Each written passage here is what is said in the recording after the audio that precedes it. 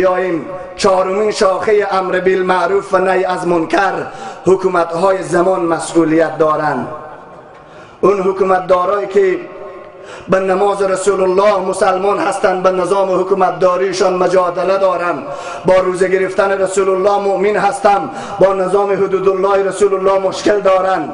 اون سیاستمدارایی که به مناسک حج و زکات و نکاح رسول الله تسلیم هستند، به نظام سیاسی رسول الله مشکل دارند. آنها مسئول امر بالمعروف و نهی از منکر هستند.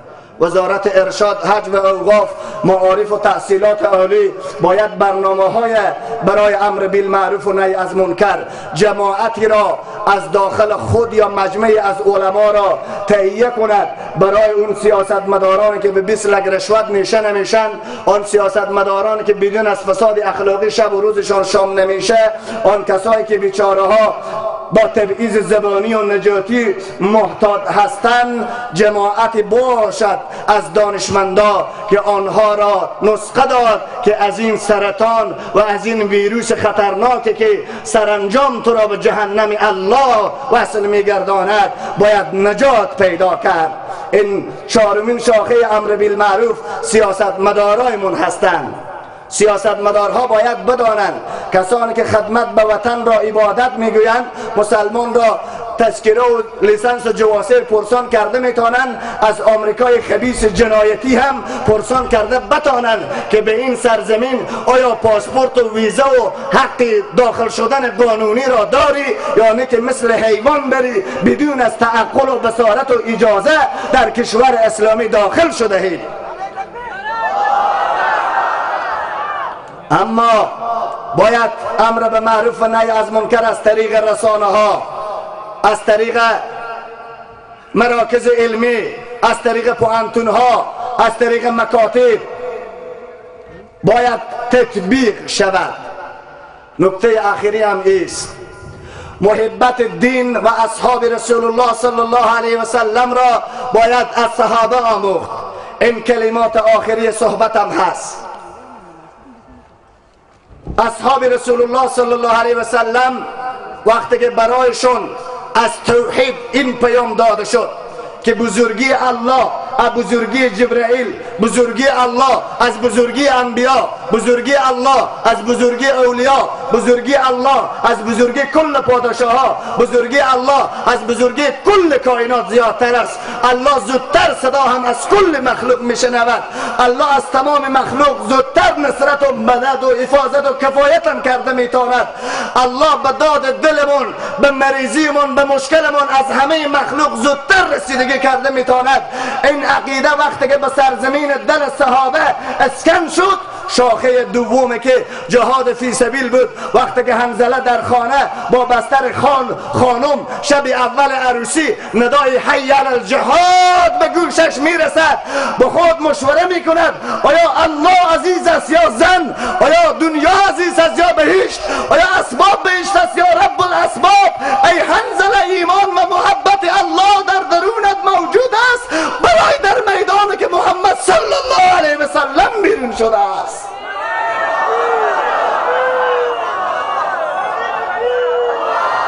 اما شب اول عروسی گوش و بینی بریده می شود و روز قیامت به پیشگاه الله میگوید یا الله گوش و بینیم فدای دینت شد، لیاقت تو و دینت و حبیبت بالاتر از گوش و بینیم بود. الله،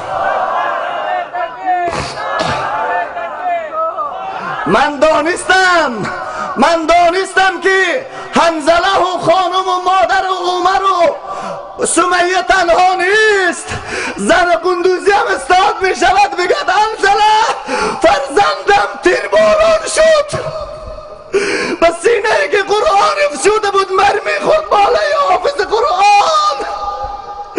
اگر تو جگر پاره پاره پیش کردی ما هم حافظ قرآن چکه چکه پیش میکنیم. مادر کندوزیم سمیه فدای دین شد، تشویش نگو. عمر به زر شمشیر فدای دین شد، خمیم جگرش پاره پاره شد. رسول الله صلی الله علیه و سلم به طایف پایش خونالود شد، گفت الله بزرگتر از جسم محمد است. خدیجه الکبری رضی الله عنها هم تمام سرمایه تجارتش فدای دین الله شد. روز فیسبوک را باز کردم، دیدم مادرک کندوزی نوشته است فرزندم رفت به مدرسه که بس بیاید، اما قبل از آمدن به خانه من به بهشت الله رفت.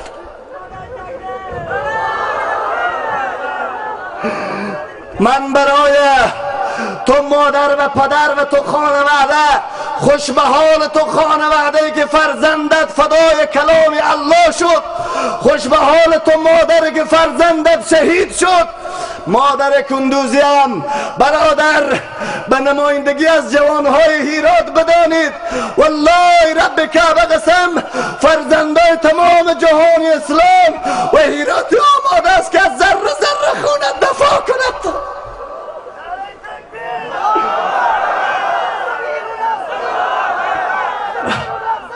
ما چرا به این روز رسیدیم؟ دو علت داره. یکی این که ارتباط درونیمون از الله قطع شده، دوم اتباع رسول الله را ترک کردیم.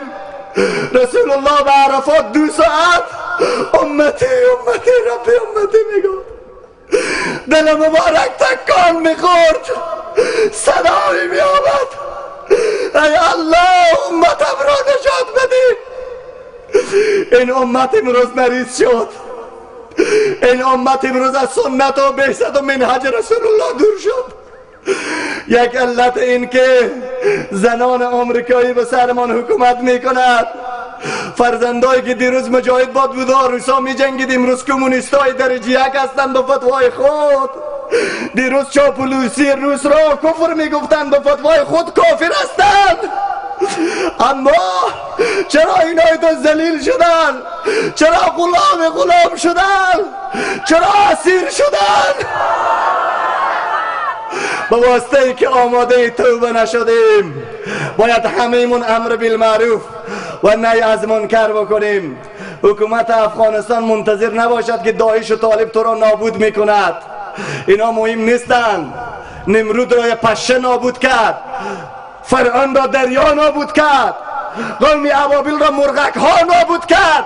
اگر توبه و استغفار نکنه، نظام تصمیم به اعمال و به خون ملت رحم نکنه، والله رب کعبه قسم اگر الله زمین را به تکان خواهد آورد و این چره دین فروشان را تبدیل به میمون خواهد کرد. قبل از این که رسوای دنیا و آخرت بشین بیاییم همه ما توبه کنیم. السلام علیکم و رحمت الله و برکاته.